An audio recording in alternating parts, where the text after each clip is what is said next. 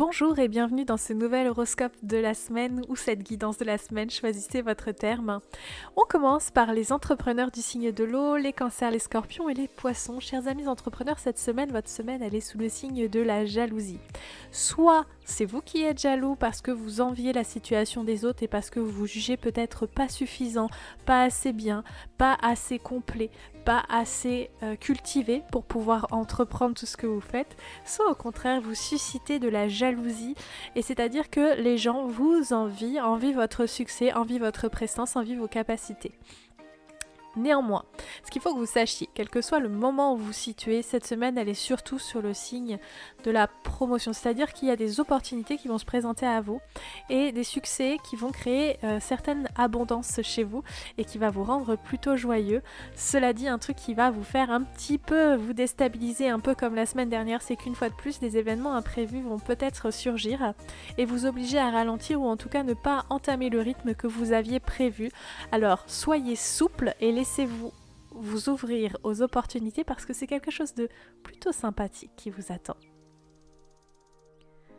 On poursuit avec les signes de l'air, c'est-à-dire les Gémeaux, les Balances et les Verseaux. Cette semaine, vous avez envie de faire ce que vous voulez, quand vous voulez, au moment où vous avez décidé. C'est-à-dire que vous avez envie d'une certaine indépendance et vous n'avez pas envie qu'on vous dicte vos règles, qu'on vous dicte comment faire les choses, un petit peu comme quand on dit aux jeunes parents de comment faire pour élever leurs enfants. Eh bien vous, c'est pareil, dans votre entreprise, vous avez envie de dicter vos propres règles et c'est parfait.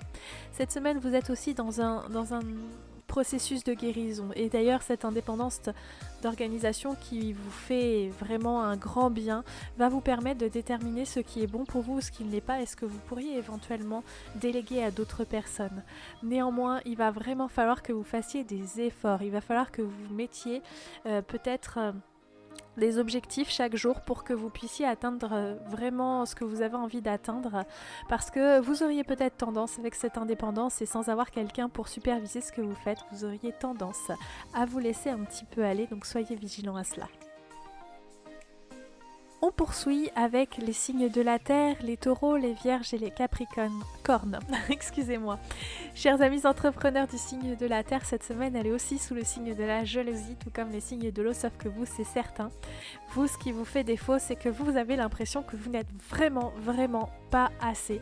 Vous avez vraiment envie qu'on vous remarque et vous vous démenez, vous faites ce que vous pouvez pour pouvoir être vu. Et ça crée des dysfonctionnements dans votre énergie. Ça manque de fluidité et de synchronicité. Alors on vous propose plutôt de voir les choses comme si vous aviez déjà tout ce que vous vouliez, comme si vous aviez déjà le succès que vous espérez tant, et de voir aussi les choses que vous avez déjà réussi à mettre en place pour pouvoir avancer.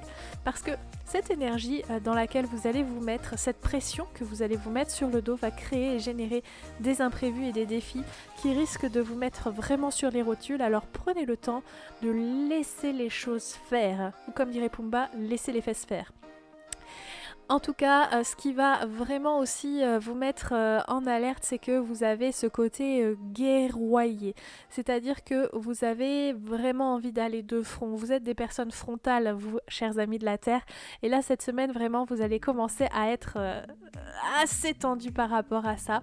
Alors, prenez le temps, prenez des pincettes et tout se passera mieux.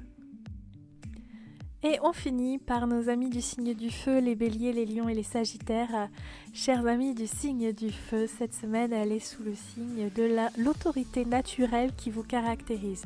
Vous allez vous montrer de manière juste et équitable, mais vous allez vous imposer. Vous allez montrer que vous êtes là et que vous êtes une énergie, une personne sur qui compter, et ça va créer un élan de confiance vis-à-vis de vos clients ou de vos collaborateurs. Donc continuez dans cette énergie.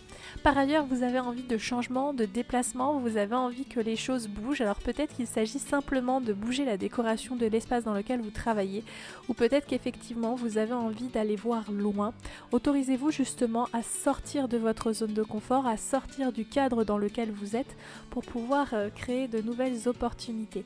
Attention cependant à votre énergie parce que vous êtes aussi dans un processus où la guérison est de mise.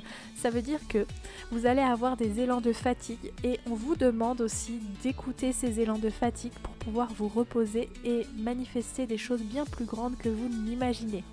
Ne forcez pas les choses, continuez avec votre charisme naturel et tout devrait bien se passer.